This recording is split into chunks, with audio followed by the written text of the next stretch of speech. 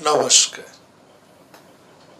প্রাণারামের মাধ্যমে সম্প্রচারিত ভারত কথার গ্রন্থিমোচনের 478তম পর্বে আপনাদের সবাইকে জানাই সাদর সম্ভাষণ। মহামতি অনন্তলালের পরম আশীর্বাদে আমরা শুনে চলেছি ভারত কথা। আমরা বিদুরকে নিয়ে কথা বলছি, রয়েছি উদ্যোগ পর্বে। বিদুরকে মহাভারত বলেছেন ক্রান্তদর্শী কবি, বিদুরকে বলেছেন ধর্মময় পুরুষ। এই দুটি শব্দ, বিদুরকে বলেছেন ক্রান্তদর্শী কবি এবং বিদুরকে বলেছেন ধর্মময় পুরুষ। এই দুটি শব্দকে আমাদের একটু বুঝতে হবে কিসের প্রেক্ষিতে মহাভারত বিদুর সম্পর্কে এই দুটি বিশেষণ বারবার উচ্চারণ করেছে।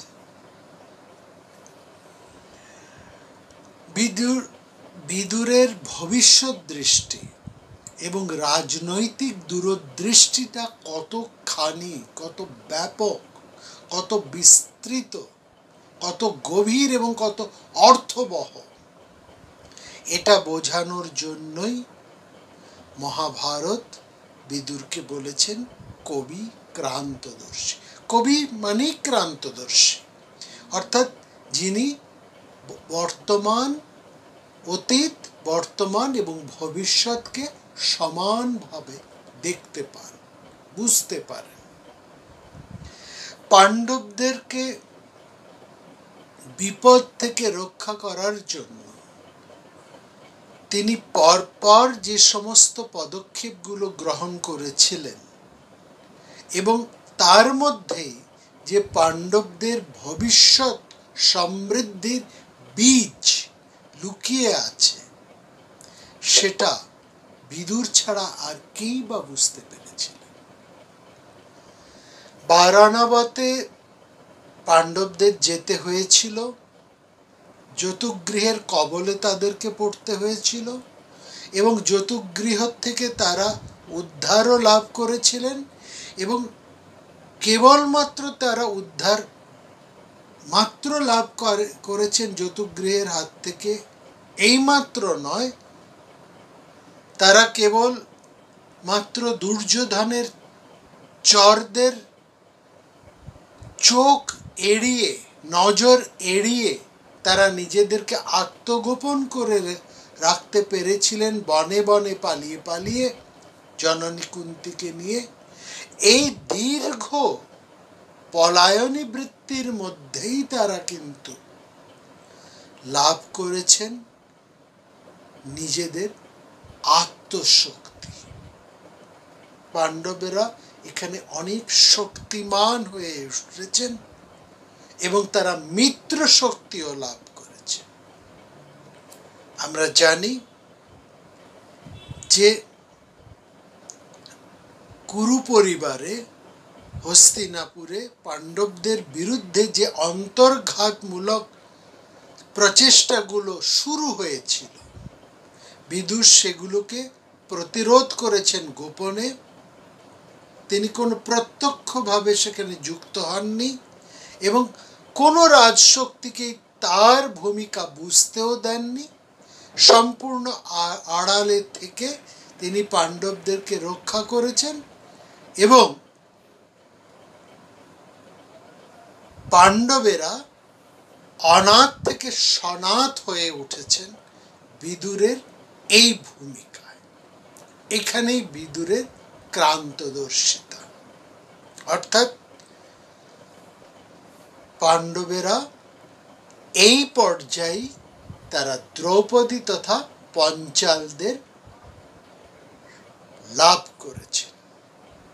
দ্রৌপদীকে তারা লাভ করেছেন এবং পঞ্চাল শক্তি পাণ্ডবদের সাথে জোটবদ্ধ হয়েছে। এই যে মহাভারত বলেছে এতস্মিন্নেব কালে তু যথা সম্প্রত্যং কবি, অর্থাৎ বিদুর হচ্ছেন ক্রান্তদর্শী। পাণ্ডবদের যে একটা শক্তি বৃদ্ধি হবেই, এটা বিদুর সঠিকভাবে বুঝেছিলেন এবং তার ফলে পাঞ্চাল রাজ্যে গিয়ে যে পাণ্ডবেরা যে তাদের সহায় খুঁজে পাবেন, এই পথটিও কিন্তু বিদুরই করে দিয়েছিলেন। গোপনে তার বিশ্বস্ত লোকের মাধ্যমে গঙ্গা পার করে হস্তিনাপুরের অপর পারে পঞ্চাল দেশেই তাদেরকে পৌঁছে দিয়েছিলেন বিদুর। এবং পঞ্চাল রাজ্যে পাণ্ডবেরা যে রাজনৈতিক শক্তি লাভ করলেন বা মিত্র লাভ করলেন এবং সহায় শক্তি সম্পন্ন তারা মিত্র লাভ করে যে তারা শক্তিমান হয়ে উঠলেন, এইটি কিন্তু বিদুরের অবদান। এই ক্ষেত্রেই বিদুরের দূরদৃষ্টিটা আমরা দেখতে পারি। এখানে কেবলমাত্র পঞ্চালরা নন, এই বিবাহের অনুষ্ঠানেই আমরা দেখছি অনাথ পাণ্ডবেরা সনাথ হলেন, ধ্রুপদ তথা পঞ্চাল শক্তিকে লাভ করে এবং একই সঙ্গে একই দিনে তাদের সাথে যুক্ত হলো সমগ্র বৃষ্ণি যাদব অন্ধক ভোজ বিরাট যদু বংশ। অর্থাৎ শ্রীকৃষ্ণ ওইখানে উপস্থিত হয়েছিলেন পাণ্ডবদের খোঁজে, এবং শ্রীকৃষ্ণ এসে পাণ্ডবদের সাথে গোপনে সেই রাত্রেই দেখা করলেন যেদিন তারা দ্রৌপদীকে লাভ করেছেন সেই ব্রাহ্মণের আশ্রমে। এবং সেখানে আমরা দেখছি অনাথ পাণ্ডবেরা যাদেরকে পুড়িয়ে মারতে চেয়েছিলেন দুর্যোধন তথা ধৃতরাষ্ট্রের মদতে, সেই অনাথ পাণ্ডবেরা কতখানি শক্তিমান হয়ে উঠলেন। এবং এই মহাভারতের গতি প্রকৃতি যা আগামীতে ঘটতে চলেছে তার বীজ উক্ত হলো এই বিবাহ অনুষ্ঠানে। এবং এইখানে যদি পাণ্ডবদেরকে বিদুর তার বিশ্বস্ত লোকের মাধ্যমে নৌকো করে গঙ্গা পার না করে দিতেন, তিনি যদি খনক পাঠিয়ে সুড়ঙ্গ না কেটে পাণ্ডবদেরকে ওই গঙ্গার তীরে এনে না পৌঁছতেন এবং গঙ্গা পার করে তাদেরকে কৌরবদের চিরশত্রু পঞ্চালদের দেশে পৌঁছিয়ে না দিতেন, তাহলে পাণ্ডবেরা যেমন দ্রৌপদীকে লাভ করতে পারতেন না, পঞ্চাল শক্তি লাভ করতে পারতেন না, সেই সঙ্গে বৃষ্ণি যাদব শক্তিও লাভ করতে পারতেন না। তাহলে তারা যা লাভ করেছেন, যে অবস্থা থেকে আজকে যে অবস্থায় তারা এসে দাঁড়িয়েছেন, এর পুরো কৃতিত্ব এবং পুরো ভূমিকাটা, পুরো পরিকল্পনাটাই কিন্তু বিদুরের। অর্থাৎ বিদুর এই অংশটি সম্পূর্ণভাবে নিজের দূরদৃষ্টির এবং নিজের সিদ্ধান্তে নিজের প্রজ্ঞার মাধ্যমেই করেছে। আর এখানে আমাদেরকে বলতে হবে যুধিষ্ঠির সার্থকভাবে বিদুরের নীতিকে, বিদুরের শিক্ষাকে সমস্ত অন্তর দিয়ে গ্রহণ করে তিনি নিজের অভীষ্ট লাভে সক্ষম হয়েছে। এইটি হচ্ছে আসল কথা। এখানেই বিদুরের দূরদৃষ্টি বা বিদুরকে যে কবি বা ক্রান্তদর্শী বলা হয়েছে তার মূল তাৎপর্য এখানেই রয়েছে। এবং পাণ্ডবদের এই রাজনৈতিক শক্তি বৃদ্ধি দেখে আমরা দেখেছি ভীষণ ভয় পেয়েছেন ধৃতরাষ্ট্র। ত্রস্তা বিগত সংকল্প দৃষ্ট্বা পার্থন মহাঔজসঃ। ঔজসঃ মানে শক্তিমান। এইবার আরেকটি কথা বিদুর সম্পর্কে বলা হয়েছে। বিদুর সম্পর্কে বলা হয়েছে তিনি ধর্মময় পুরুষ। কোন অর্থে? এখানে ধর্ম বলতে কি? তার আগে আমরা একটা কথা আপনাদের কাছে বলি। আমাদের প্রাচীন যে সভ্যতা, তিনটি সভ্যতা আছে বা প্রাচীন সভ্যতা আমাদের পৃথিবীতে, সেই প্রাচীন সভ্যতাটা কি? সে একটি হচ্ছে আমাদের ভারতবর্ষের প্রাচীন সভ্যতা। এই প্রাচীন ভারতবর্ষের প্রাচীন সভ্যতা ছাড়াও আরেকটি সভ্যতা হচ্ছে রোমান সভ্যতা, এবং অপরটি হচ্ছে গ্রিস দেশীয় সভ্যতা। এই তিনটি সভ্যতাই প্রাচীন, এবং এই তিনটি সভ্যতারই একটা বৈশিষ্ট্য আছে। কি সেই বৈশিষ্ট্য? গ্রিক সভ্যতা, প্রথমে আমরা আসলে রোমান সভ্যতাটাকে নিয়ে যদি ধরি, রোমান সভ্যতার মধ্যে তাদের আমরা কি দেখতে পাই? আমরা দেখতে পাই তাদের বৈশিষ্ট্য হিসেবে সংগঠন প্রতিভা। এটা তাদের রোমান সভ্যতার সবচাইতে বড় নিদর্শন হচ্ছে, সবচাইতে বড় বৈশিষ্ট্য হচ্ছে সংগঠন প্রতিভা। তারপরে আমরা দেখি দ্বিতীয়টি তাদের রাজ্য জয় প্রবণতা এবং দৃঢ়তা। সঙ্গে সঙ্গে আমরা এটাও লক্ষ্য করতে পারি তাদের চারিত্রিক বৈশিষ্ট্যের মধ্যে কিন্তু সৌন্দর্য প্রিয়তা কিংবা উচ্চ ভাব এ সমস্ত কিছু নেই। তাদের সৌন্দর্য প্রিয়তার কোনো নিদর্শন আমরা রোমানদের মধ্যে দেখি না। আমরা উচ্চ ভাবের কথাও আমরা তাদের মধ্যে পাই না। তাদের মধ্যে কোনো দর্শন নেই, উচ্চ কোনো ভাব নেই। রোমান সভ্যতার মধ্যে এটা পাই না। অন্যদিকে গ্রিকরা রয়েছেন, তাদের মূলত সৌন্দর্যের ব্যাপারে তারা ভীষণ উৎসাহী। গ্রিকদের মধ্যে, গ্রিক সভ্যতার পর সবচেয়ে বড় বৈশিষ্ট্য হলো তারা সৌন্দর্যের ব্যাপারে ভীষণ উৎসাহী। কিন্তু চারিত্রিক বৈশিষ্ট্য যদি আমরা দেখি, তাহলে তারা ভীষণ চপল স্বভাবের এবং তাদের নৈতিকতার ভীষণ অভাব। গ্রিক সভ্যতার মধ্যে নৈতিকতার ভীষণ অভাব আমরা লক্ষ্য করি। এই দুই সভ্যতার থেকে প্রাচীন যে সভ্যতাটি, হিন্দু যে সভ্যতাটি, এই সভ্যতাটা মূলত দার্শনিকতা এর মধ্যে রয়েছে এবং ধর্মপ্রবণতা রয়েছে। এই ধর্মপ্রবণতাটা কি সেটা নিয়ে আমরা আলোচনা করব যখন এই পর্বে আমরা বিদুরের ধর্ম নিয়ে আলোচনা করব।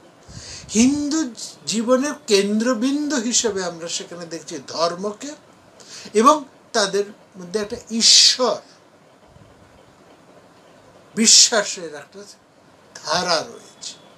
হ্যাঁ, ঈশ্বরকে অবিশ্বাস আছে, ঈশ্বরকে মানছেন এবং মানছেন না, দুটো আছে। কিন্তু ঈশ্বরকে মানুক বা না মানুক, তারা একটা ধর্মকে, একটা সত্যকে তারা কিন্তু প্রত্যেকে স্বীকার করছে।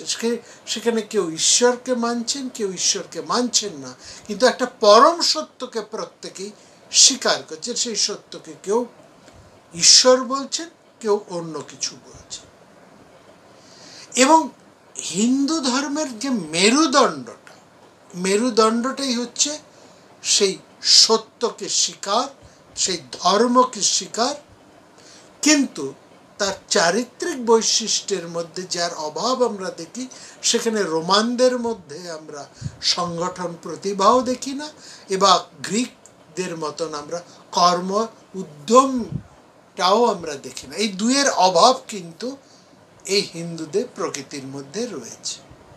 সেই জন্যই বারবার আমরা কিন্তু শ্রীকৃষ্ণকে সাংগঠনিক কথা বা উদ্যোগী হবার কথা, যুদ্ধের কথা বারবার বলতে আমরা কিন্তু শিখছি।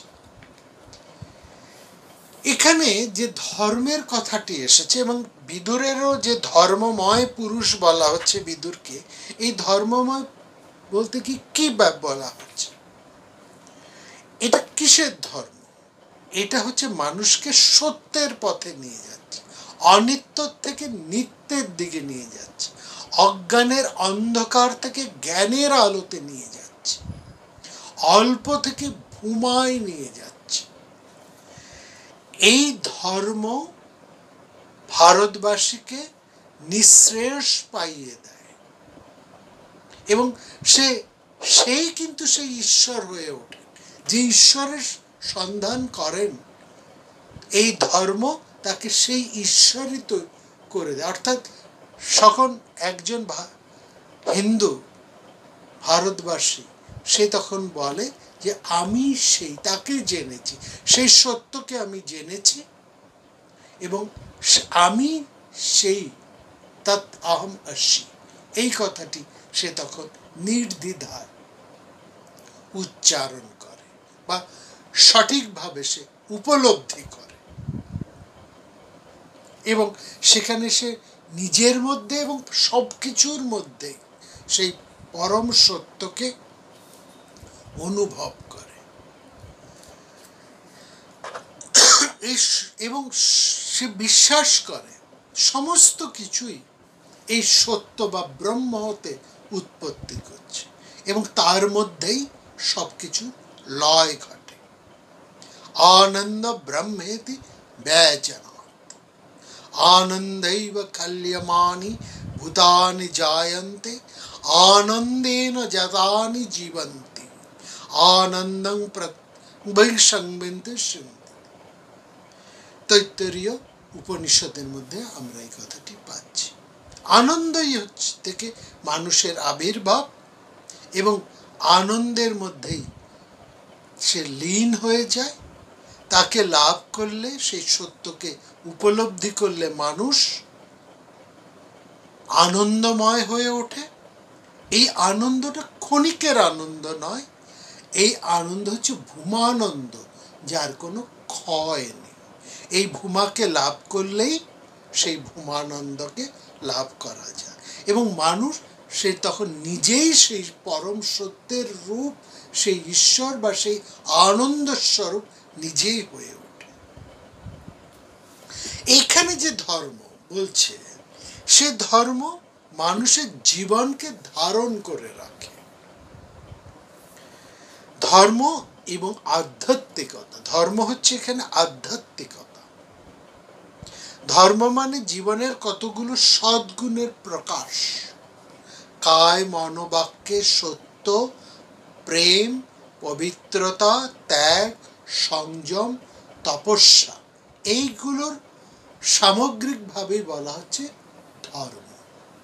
ধর্ম বলতে অন্য কিছু নয়, ধর্ম বলছে কায় মনোবাক্যে সত্য, প্রেম, পবিত্রতা, ত্যাগ এবং সংযমের। ধর্ম মানে চরৈবেতি, যে চরৈবেতির কথা আমরা বলেছি, ভূমেইব সুখম নাল্পে সুখম অস্তি। পাপ নয়, ভুল করে মানুষ। ধর্মের ভারতবর্ষের মানুষ, ধর্মশীল মানুষ মনে করে মানুষ পাপ করে না, মানুষ ভুল করে। আবার চেষ্টা করলে মানুষ নিজেকে সংশোধন করে সেই সৎ হতে পারে। ক্ষুদ্রতর সত্য থেকে বৃহত্তর সত্যের দিকে সেই মানুষ যেতে পারে, মানুষের উত্তরণ ঘটে। ঋষির যেমন একটা অতীত আছে, একজন সৎ মানুষের যেমন একটা অতীত আছে, তেমনি পাপীরও একটা ভবিষ্যৎ আছে। এইটি মনে প্রাণে বিশ্বাস করে ভারতবর্ষে। ধর্ম আসলে একটা বিজ্ঞান। কোন অর্থে বিজ্ঞান? যেমন বিজ্ঞান বলতে আমরা বুঝি সত্য বা পরীক্ষিত সত্য, ধর্ম একটা পরীক্ষিত সত্য। বিজ্ঞান চর্চা করতে গেলে যেমন একটা সুনির্দিষ্ট পথ বেয়ে চলতে হয়, ধর্ম ক্ষেত্রেও সেরকম একটা সুনির্দিষ্ট পথ বেয়ে তাকে চলতে হবে। দুটোর মধ্যে একটা তফাৎ আছে। তফাৎটা কি? বিজ্ঞানের ভেতর দিয়ে আমরা একটা সত্যকে জানতে পারি, উপলব্ধি করতে পারি, কিন্তু সেটা জেনে আমার মূল চরিত্রকে, যে সেই সত্যটাকে জানে, সেই সায়েন্টিস্ট বা সেই বিজ্ঞানীর ব্যক্তিগত চরিত্রের কিন্তু কোনো পরিবর্তন ঘটে না। সে একটা সত্যকে সে জানে, কিন্তু সেই বিজ্ঞানী যিনি জানলেন, সেই মানুষটির চরিত্রের কিন্তু কোনো পরিবর্তন ঘটে না। সে যেমন ছিল তেমনই থাকে, কিন্তু সে মানুষটি হয়তো বুদ্ধিমান, প্রতিভাবান বলে তার প্রচুর খ্যাতি হতে পারে, ভূয়সী তার প্রশংসা হতে পারে, কিন্তু সেই মানুষটির মধ্যে যদি আধ্যাত্মিকতা থাকে, সে যদি আধ্যাত্মিক বিজ্ঞানী হন তাহলে তার চরিত্রটাও পাল্টে যায় এবং তার চরিত্রতে যে পরিবর্তন ঘটছে সেটি কিন্তু সে নিজেই টের পায়। সে এক অন্য ধরনের মানুষ হয়ে যায়। এটা হচ্ছে বিজ্ঞান এবং ধর্মবিজ্ঞানের মধ্যে মূলগত পার্থক্য। সাধারণ বিজ্ঞান একটা জাগতিক সত্যকে জানতে মাত্র সাহায্য করে, আর ধর্মবিজ্ঞান সে সত্যকে জানার সঙ্গে সঙ্গে যিনি জানছেন তাকেও কিন্তু পাল্টে ফেলে। অর্থাৎ ব্রহ্ম বেদ ব্রহ্মৈব ভবতি। ধর্ম মানে শুধু জানা নয়, অনেক কিছু জানলাম কিন্তু আমার কোনো কিছু পরিবর্তন ঘটলো না, আমার জীবন মানুষ হিসেবে আমার কোনো উন্নতি হলো না, আমি সেই হিংস্র কুটিল, এত যে বিজ্ঞানের উন্নতি হলো তাতে কি হলো? মানুষ তো সেই হিংস্র কুটিল হয়ে থাকছে। বিজ্ঞানের অপূর্ব প্রয়োগগুলোকে মানুষ নিজের স্বার্থ চরিতার্থ করার জন্য বিষময়ভাবে ব্যবহার করছে। যে বিজ্ঞান মানুষের মঙ্গল সাধন করতে পারে সেই বিজ্ঞানের প্রয়োগগুলোর অপপ্রয়োগ ঘটিয়ে তো মানুষ চরম ক্ষতি করে চলেছে এই সমাজের, এই পৃথিবীর মানুষের। সে আরো হিংস্র থেকে হিংস্র, কুটিল থেকে কুটিলতর হয়ে উঠছে। কিন্তু ধর্মবিজ্ঞানী সে বুদ্ধত্ব লাভের সঙ্গে সঙ্গে তার নিজের স্বভাবেরও পরিবর্তন ঘটে যায়। সে তার একটা পরিশীলন ঘটে, ভেতর থেকে সে অন্য ধরনের মানুষ হয়ে যায়। ধর্ম জিনিসটা যদি পরীক্ষিত সত্য না হতো তাহলে তার কোনো মূল্যই থাকতো না। একটা মিথ্যা আশায় আমরা ঘুরে বেড়াবো এমন তো হতে পারে না। আসলে একজন মানুষ যত ধর্মপথে এগোতে থাকে সে নিজেই সেটা অনুভব করতে পারে। যেমন আমরা যদি উচ্চ পাহাড়ের দিকে যাই তাহলে আমরা যত উপরে উঠি আমরা একটা শৈত্য, একটা ঠান্ডা নিজেরাই ফিল করতে পারি যে আমরা উপরে উঠছি। আমরা নিজের একটা ভেতরে একটা পরিবর্তন উপলব্ধি করতে পারছি। আমরা বুঝতে পারি যে আমরা একটা ঠান্ডা জায়গায় পৌঁছচ্ছি। সেই ঠান্ডা শৈত্যতা আমরা অনুভব করি, ভেতর থেকে আমাদের উপলব্ধি আসে।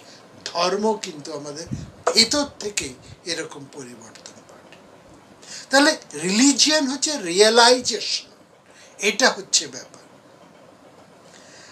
এই ধর্মটা হচ্ছে একটা অনুভূতি, উপলব্ধি।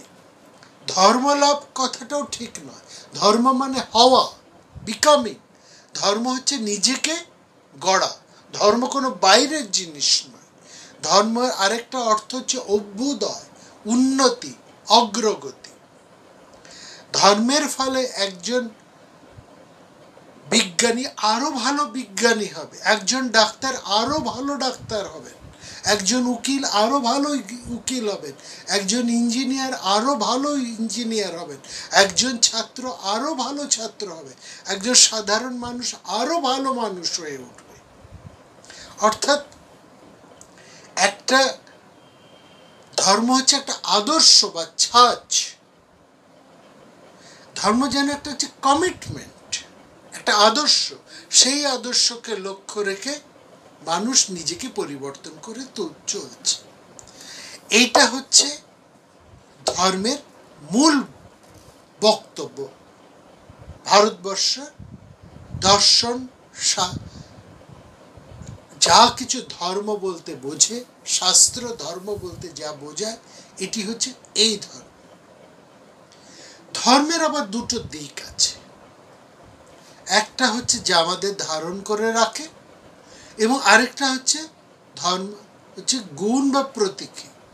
যেমন আগুনের ধর্ম, বাতাসের ধর্ম, জলের ধর্ম, সেরকম মানুষের ধর্ম কি না, সে চিন্তা করতে পারে, ভালো মন্দ সে বিচার করতে পারে, সে অল্পে সন্তুষ্ট হয় না।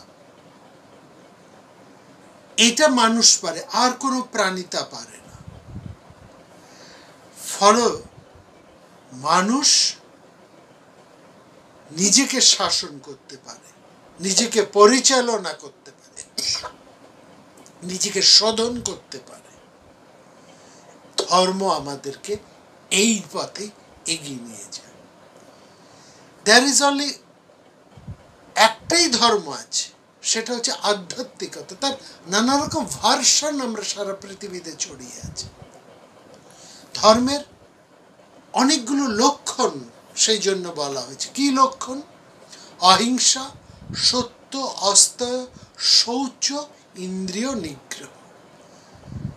এই ধর্মের মূল লক্ষ্য হচ্ছে অহিংসা, অসুর, সর্বভূত দয়া।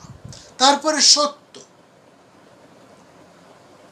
অস্তেয় মানে চুরি না করা, অন্যায় কিছু না করা, শৌচ, আন্তর শৌচ এবং বাহ্যিক শৌচ, এবং সংযম বা ইন্দ্রিয় নিগ্রহ। এই যে ইন্দ্রিয় নিগ্রহ, শৌচ, এই সবকটাই শুধুমাত্র ভারতবর্ষ মোক্ষের ক্ষেত্রে ব্যবহার করেন, জীবনে প্রায়োগিক ক্ষেত্রেও কিন্তু এই সবকটাকে এইভাবেই ব্যবহার করেছে। এই তপস্যা তা রাজধর্মের মধ্যেও আছে, সাধারণ জীবনের ক্ষেত্রেও রয়েছে, আধ্যাত্মিকতার এবং মোক্ষ ধর্মের মধ্যে তো আছেই। তাহলে তপস্যা একজন ঋষি মুনি করছেন না, একজন রাজাও করছেন, একজন রাজপুরুষও করছেন, একজন ব্যবসায়ীও করছেন, একজন সাধারণ মানুষ করছেন, একজন ছাত্র করছে, প্রত্যেকেই সে তপস্যা করছে তার নিজ নিজ ক্ষেত্রে।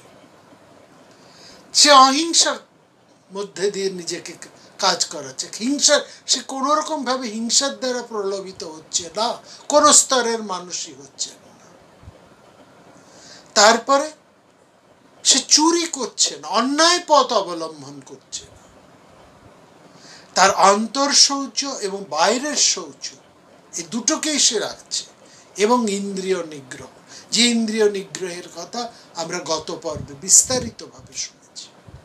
সুতরাং এই তপস্যা, তপ তপ তপ তপস্যা করো মানে নিঃশেষে নিজেকে পেষণ করো, মন্থন করো, তবেই মানুষ নিজের আন্তঃশক্তিকে লাভ করতে পারে এবং পরম সত্যকে লাভ করে সে সমৃদ্ধ হতে পারে, সে আত্মজ্ঞানকে তখন লাভ করতে পারে। তখন তার কাছে আর সব কিছু তুচ্ছ হয়ে যায়, এই জ্ঞানের কাছে আর কোনো কিছুই মূল্যবান হয় না। এই তপস্যাটাই হচ্ছে আসল জিনিস। সুতরাং এই তপস্যা একজন ঋষি যেমন করবেন, একজন মুনি যেমন করবেন, তেমনি সমাজের সর্বক্ষেত্রে প্রত্যেকটি মানুষ এই তপস্যা করবে। এবং সে যখন তপস্যা করবে তখন সে অহিংসাব্রতে, তখন সে সত্যে, শৌচে এবং ইন্দ্রিয় নিগ্রহের মধ্যে নিজেকে ব্যপ্ত রাখবে, না হলে সে তপস্যার ফল পাবে না। ধর্মের লক্ষ্য হচ্ছে সবার সাথে একাত্মতা, সবার সাথে। এটা যেমন বৃহৎ অর্থে আছে, তেমনি প্রত্যেকটা কর্মের মধ্যে, প্রত্যেকটা বৃত্তির মধ্যে আছে সবার সাথে একাত্মতা। যস্তু সর্বাণি ভূতানি আত্মবেবনুপশ্যতি সর্বভূতেষু চ আত্মানং ততন বিজুগুপ্সতি। নিজের মধ্যে যিনি অন্যকে এবং অন্যের মধ্যে যিনি নিজেকে দেখেন, এইটা কিন্তু সমস্ত ক্ষেত্রেই তাকে দেখতে হবে। আবার সেই কথা বলছি, যিনি ঋষি, যিনি মুনি, তিনি যেমন করবেন, তেমনি সমাজের প্রত্যেকটি মানুষকেও কিন্তু ওই একই ধারার মধ্যে চলেই তাকে তার অভীষ্টকে সে লাভ করতে হয়। এই সত্যের তপস্যার মধ্যে দিয়েই সে কিন্তু তার অভীষ্টকে খুঁজে পাচ্ছে। এইটা হচ্ছে ভারতবর্ষ ধর্ম বলতে যা বলেছে তার একটা সংক্ষেপ। সার। এবার আমরা শুধু বিদুর কেন, পাণ্ডবদের মধ্যেও যদি আমরা দেখি, বিশেষ করে যদি আমরা যুধিষ্ঠিরের মধ্যেও দেখি, আমরা এই গুণগুলি তার মধ্যে দেখছি। আবার যখন আমরা অন্যান্য ছোট ছোট চরিত্রগুলোর মধ্যে আমরা দেখেছি যারা প্রতিষ্ঠিত হয়েছে, সেই ধর্ম ব্যাধের কথা মনে রাখুন, বা এরকম যত চরিত্রকে আমরা পেয়েছি, যত মানুষ এ পর্যন্ত সফল হয়েছে, তাদের প্রত্যেকের চরিত্রকে যদি আমরা বিশ্লেষণ করি তাহলে দেখব তাদের মধ্যে এই গুণগুলি রয়েছে। এই গুণের বাইরে গিয়ে সে কিন্তু প্রতিষ্ঠিত হতে পারে না, কোনোভাবেই সে পারে না। একজন ছাত্রও পারে না, একজন ডাক্তারও পারেন না, একজন উকিলও হতে পারে, কোনো প্রেতায় কোনো মানুষই তা যশস্বী হতে পারে না, সে নিজের লক্ষ্যে পৌঁছতে পারে না। তার লক্ষ্যে পৌঁছতে হলে তাকে এই পথের মধ্যে দিয়েই তাকে যেতে হবে, এবং এইটাকেই বলা হচ্ছে ধর্ম। বিদুরের মধ্যে এই গুণগুলো সম্পূর্ণত রয়েছে, পুরোপুরি রয়েছে, এবং তিনি এই গুণগুলির শিক্ষা দিয়ে যুধিষ্ঠিরকে যথাযোগ্যভাবে, যথার্থভাবে শিক্ষিত, পরিশীলিত করে তুলতে পেরেছিলেন। এবং পেরেছিলেন বলেই বিদুরকে যেমন ধর্মময় পুরুষ বলা হয়, তার আত্মজ হিসেবে যুধিষ্ঠিরকেও ধর্মপুত্র বলা হয়।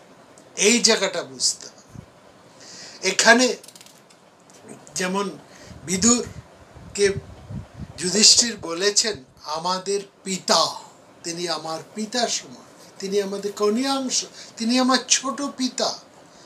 এবং এই ছোট পিতা বলতে পাণ্ডু হচ্ছেন আমার বড় জ্যেষ্ঠ পিতা, যিনি আমাদের মূল পিতা, আর বিদুর হচ্ছেন যার কাছ থেকে আমরা শিক্ষা লাভ করেছি।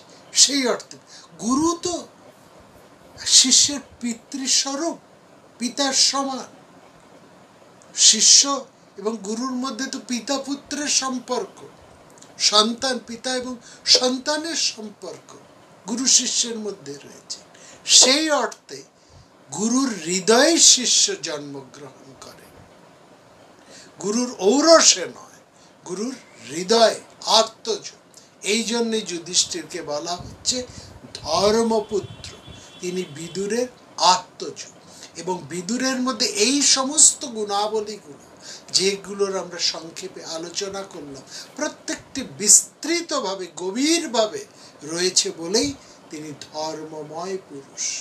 এবং তাকে তার জন্মকালীন নিয়ে ওই ধরনের একটি কাহিনী রয়েছে, যা আমরা বিদুর সম্পর্কে প্রথম পর্বে বলেছি।